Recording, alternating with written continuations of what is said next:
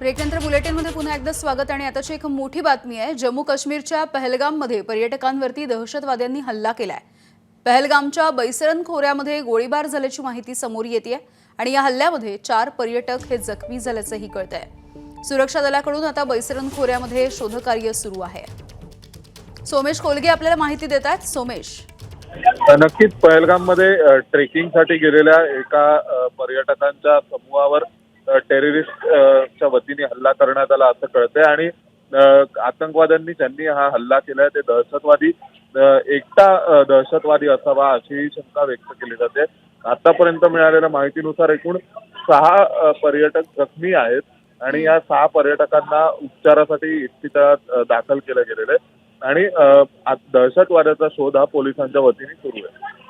धन्यवाद सोमेश माहितीसाठी।